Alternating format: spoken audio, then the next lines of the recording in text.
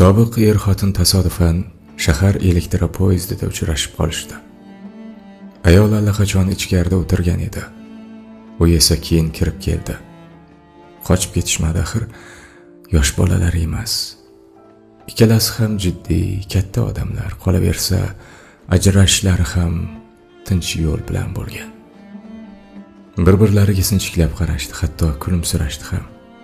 Mayli, nima bo'lgan bo'lsa o'tdi ketdi. Baribir 2 yil birga yashashgan. Erkak uning ko'rinishi yaxshi ekanligini payqadi. Albatta, yillar o'z izini qoldirgan, lekin kiyinishi har doimgidek did bilan, o'zini tutishi ham tik. Ayol esa uning sochlarining bir qismini vaqt olib ketganligini ko'rdi. Peshonasidagi kallik tobora katta hududni zabt etayotgan edi. Yuzi deyarli o'zgarmagan, faqat ancha jiddiylik ko'paygandek go'yo. Erkak so'radi: "Qanday yashayapsan?" "Yaxshi", deb javob berdi u. Oddiy standart javob. "Yolg'izmi yoki?" 3 yil oldin prokurorga turmushga chiqqanman", dedi ayol. "Munosib odam, jiddiy, juda ko'p ishlaydi, doimo band. Men esa uy bekasi. Ro'zg'or yumushlari degandek tushliklar tayyorlayman." Gapni tugatib, unga so'roq nazari bilan qaradi. "Endi navbat sizga." U ham ma'lum bo'lishicha uylangan edi. Er-xotin oziq-ovqat do'koni ochishibdi. Shuning uchun uyda oziq mo'l, ro'zg'or mayda-chuydalarini o'ylamasa ham bo'ladi. Xotini biroz jiddiy, lekin ayni paytda mehribon va nozik. Ishda juda charchaydi. Chunki har xil mijoz bor, asablari tamoman charchagan. Shu sabab har yil sayohat qilishar ekan. Goh u mamlakatga, goh bu mamlakatga. Sukut. Suhbat qovushmadi. Sobiq xotin to'satdan qaynonasi juda yaxshi ayol ekanligini aytdi. "Onam olamdan o'tdi", dedi erkak. 2 yil bo'ldi. Ikkalasi ham xo'rsindi, biroz g'am bosdi. Erkak so'radi: "Prokuroring bilan uchrashgancha qanday yashading? Ajrashganimizga afsuslanmadingmi?"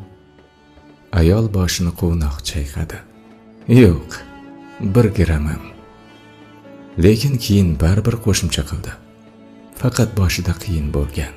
Nima uchun qiyin bo'ldi, izohlamadi. Sobiq eriga qaradi. "Sizchi?" U ham bosh chayqadi, lekin yolg'on gapira olmadi.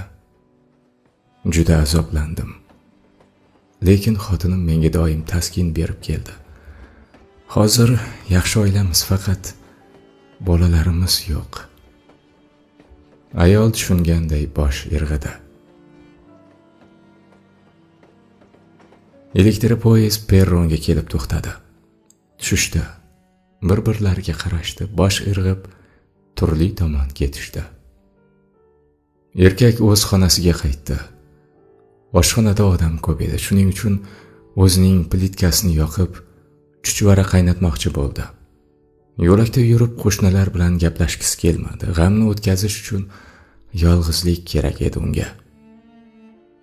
O'shanda ajrashgandan keyin yuragi qattiq singandi. Juda azobli bo'lgan. Icha boshladi, kredit olib qarzlarga botdi.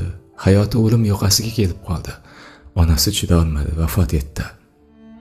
Qarzlarni yopish uchun yashab turgan kvartirasini sotdi. Hozir o'zi kichik yotoqxonada yashayapti, lekin unga shu ham yetadi. Boshqa ayollar bilan munosabat qila olmadi. Birinchi muhabbat armonga aylangach, yuragi taqataq yopilgandi. Chunki xotini u yerda abadiy yashab qolgandi. O'tirib o'yladi: "Nega yolg'on gapirdim? Ehtimol noqulay bo'lgani uchundir. Shu yoshga kirib yolg'iz va darbadar yashayotganidan uyalgani uchundir." Ayol ham o'z kvartirasiga qaytdi. Yo'lakda prokuror laqabli mushugi kutib oldi. Yuzchasi juda jiddiy, U ham o'yladi. Nega rostini aytmadim? Odamlarda nega shunday narsa bor ekan-a?